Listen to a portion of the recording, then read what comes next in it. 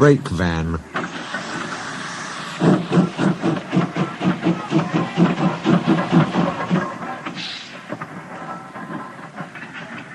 The Fat Controller scolded both engines severely. "There must be no more tricks," he said. "I shall be watching you both.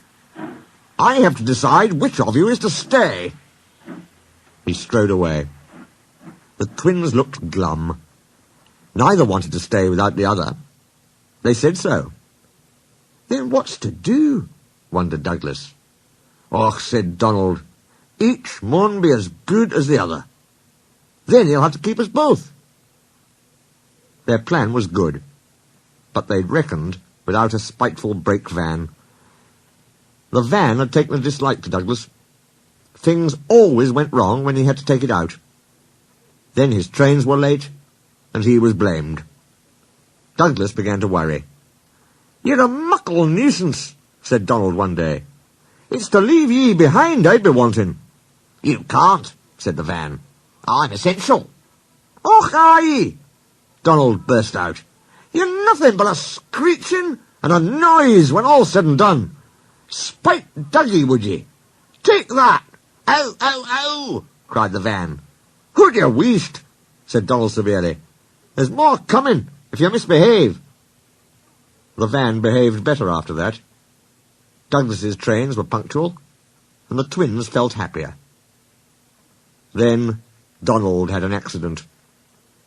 He backed into a siding. The rails were slippery. He couldn't stop in time and crashed through the buffers into a signal box. One moment, the signalman was standing on the stairs. The next, he was sitting on the coal in Donald's tender. He was most annoyed. "You clumsy great engine," he stormed. "Now you must stay there. You've jammed my points. It serves you right for spoiling my nice new signal box." The Fat Controller was cross too. "I am disappointed, Donald," he said. "I did not expect such clumsiness from you. I have decided to send Douglas back and keep you." "I'm sorry, sir." But Donald didn't say what he was sorry for. We know, don't we? "I should think so too," went on the Fat Controller indignantly. "You have upset my arrangements. It is most inconvenient. Now James will have to help with the goods work, while you have your tender mended. James won't like that." The Fat Controller was right. James grumbled dreadfully. "Anyone would think," said Douglas, "that Donald had his accident on purpose. I heard tell," he went on, "about an engine and some tar wagons." Gordon and Henry chuckled. "Shut up," said James. "It's not funny." Well, said Douglas innocently. "Surely, James, it wasn't he? He didn't say." James didn't say. He was sulky next morning and wouldn't steam properly.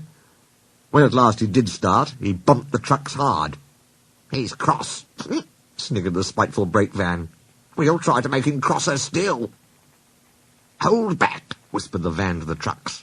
"Hold back," giggled the trucks to each other. James did his best, but he was exhausted when they reached Edward Station.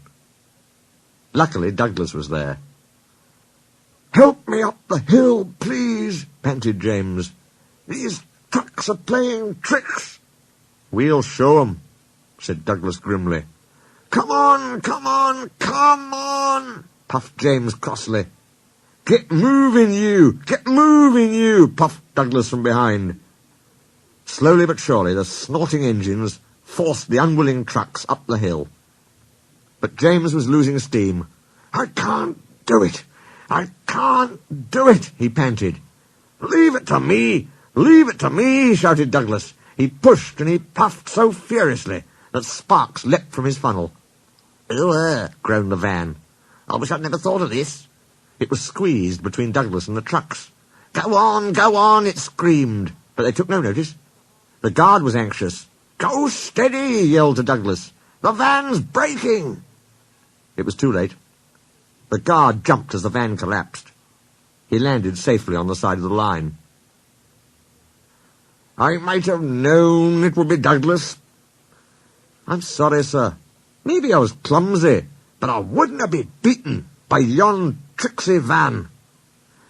I see, said the Fat Controller. Edward brought workmen to clear the mess.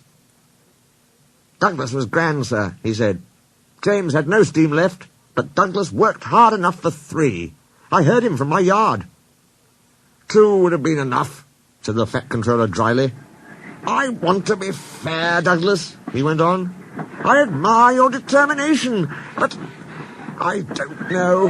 I really don't know. He turned and walked thoughtfully away.